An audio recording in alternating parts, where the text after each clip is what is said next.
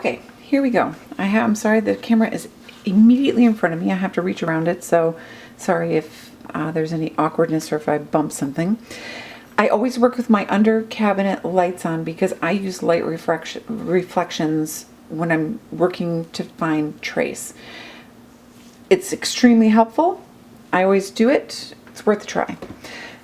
My oils are cool. As you can see, they're a little bit cloudy, which is fine, but they're not solid by any means. My extra water has been added to this, as has my fragrance oil already. I always add my fragrance oil to my oils. If there's any sort of acceleration of trace, I want to be in control of it. If I get my batter to trace and then I add it and it starts speeding up, it can be racing the clock. So I'd much rather be in control of it. Nothing is blended together, so I always make sure that my water is completely blended into my oils. As you can see, it turns kind of white, like mayonnaise type stuff.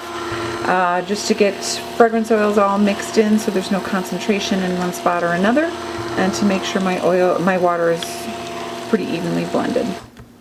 There's no lye water in there, just so you know. So we're about to add the lye. Everything is at room temperature. I would definitely suggest that when you're starting out swirling. It gives you extra time. There we go. Adding all the lye. Sorry, usually blending batter is not terribly exciting, but it's very useful in this circumstance. So this is, we're going to see if we can catch emulsion.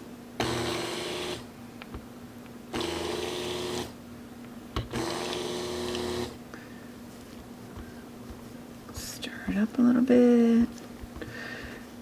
It's going to go from white to a little bit more yellow as the lye works into the soap. I don't know if you can see that. It's a little bit more so. Last time I hadn't blended just before I added the lye. I don't know if you can see there are very slight darker lines shown up on the top. That tells you that some of the oils are not mixed in yet. So little bursts. Again, stick blender on low. If you have multiple speeds, always use low. I do more stirring than I do stick blending. You can see on the reflection, nice and fluid. I can see a little bit of the oils on top. Do this again. It's getting close. There's not a lot coming up to the surface. Small pulses, do not this is not the stage to overblend. Once something is at trace, you are going to be racing the clock. So you want to just get emulsion before you pour for your colors. My colors, I don't know if you can see that, are all prepared. I didn't do that in front of you. But I've got my cups. I put my micas right into the cups I'm going to mix in. You can certainly prepare colors outside of that and add to your batter once you've poured it into your separate containers for coloring. I just prefer not to. Oh, I'm spilling all over the place. So I'm not really seeing any more oils come up. It was more evident in my other video, and I think it was clear on that one. So if you have any questions, I would refer back to that one. But to be honest with you, I would underblend rather than overblend, because you can just stir and pour into your colors.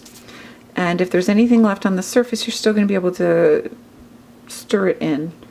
So this is actually, let's see if I can find the reflection. I use the reflection and what happens in the reflection to help me out with trace. So this is still at emulsion. I'm just going to go ahead and pour into my cups. I know you can't see that well. This is, I know that this fits into about 3 cups. So I have that all prepared. I'm using black, blue, and yellow today. If I have a little extra batter, I always have extra cups out so that I can use them, but this is going to fit into my 3 cups as usual. Okay, have everything poured out. I think I'm actually a little ahead of the game. Still, oh, we're close. This one went a little faster. I used black raspberry vanilla. I used a little bit of Love Spell, a little bit of lime, and some champagne. So at this point, this is I can feel the thickness as I stir. It's not super thin. We're going to be, oh, I don't want to get my colors up from the bottom. if I'm closing in on trace, I tend not to use a mechanical stir because it really does move. But I'm going to do that just a touch, just to get the colors up from the bottom. I like heavily colored soap, so I just want to, I used my oils from my batter to do that, and it may have solidified just a touch. So you can see some of the colors are coming up through the straw. Sorry about that. There we go. All right, so if you look at the reflection, trace is going to be, the very start of trace is going to be when the batter can sit on top of the soap, and you can see that pretty clearly, and it's much easier to see with the reflections how it's distorted. The edges of the reflections are distorted, and actually the whole thing, you can see the soap sitting nicely on top of there. This went faster than the other one. Must have been one of my fragrances. So as quickly as you can, as soon as you hit that point where the soap is sitting on top, that's when you pour. At least that's what I would do. Because once something is in the mold, if you want it a little thicker, you can certainly sit and wait for it to thicken up even more. That's certainly not a problem. Let's see if I can get this. I don't know if it's going to turn off again. Okay, I'm going to do a couple of pours just to show you a couple different things, different ways that you can do it, and some tricks. So again, if you want to do lines, they're easy to do. I'm going to have to move. You can use it without having to use squirt bottles if you just use your mold. I usually pour black first. So I just pour into the mold. I'm going to peek my cup so it gives a little bit of a spout. Come on, little bugger, get over there. There's one of my little spatulas. You can do that to get that over to the side.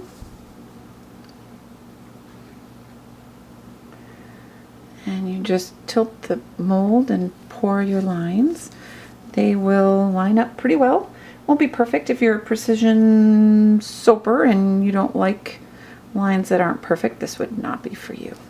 Or if you want the soap to change a lot throughout the bar, using squirt bottles so that you can have different soaps at different layers would be a better option. So I'm only going to do part. I actually wanted to do a different pour because we did this one last time, so I'm just going to do one more color and then I'm going to change it up. Sorry, I'm a sloppy soaper. If you like to do bullseyes, yeah, you can still see that.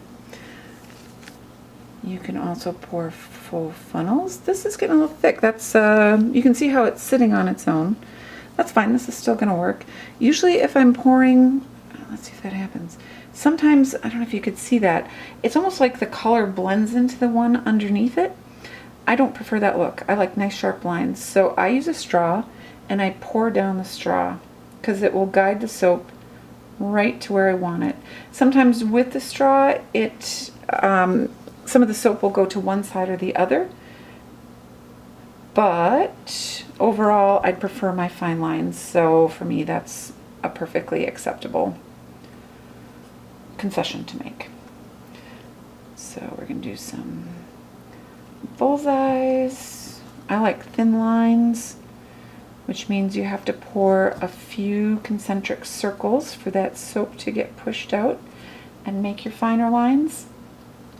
If you like bigger swaths of color, then you can just put more bullseyes in. I'll do it over here too. And you will get bigger patches of color, which some people prefer. It's a less busy soap if you do so. Looks a little bit like a bee to me. It's fine. Doesn't bother me any. Black is a powerful color in soap. It really shows up. So I tend to not like big patches of it because it overwhelms the soap in some ways. It'll overwhelm the color, I should say. You'll get a lot of that. I'm going to just kind of do this over here. It's now sitting on top. This is still very fluid, so this is not a problem. But it is thickening up, so be aware. You want to work quickly and as efficiently as possible. My yellow didn't get mixed in, but that's okay. It's always good to see what other people do when they're not having what they want to have happen. Always pays to be able to flex a bit. A little color mixing, that's all right with me. Again, putting a little bit on top there because I don't like a big patch of color, and I don't want too much black. Well, black is good, but not too much. So get everything out of there. See, shake it down, and it's still in good stead for swirling. Dang it, that doesn't look, I guess it's not gonna focus on the entire thing. Let me see if I can get it focused again. There we go, that's better. You can't see the colors as well because there's reflection, but I think that's helpful. It almost looks from this waxy look like they're, if you can see that, it almost looks a little bit waxy. That is not oil sitting on top. That's just the soap as it thickens up. So I already have my, I'm going to do two sides. I'm going to basically kind of split in the middle and do two patterns that are equal. I don't know if you care about this. You can just stop if you don't care about watching somebody swirl. Doesn't matter. But I thought I would carry it through since I'm doing the video anyhow. I'm going to do the same thing on each side. I like to hit the side of the mold to pull whatever color is over there into the swirl so I don't have a big line of it. This is the first part of my swirl. Then I'm going to do the other thing the other direction.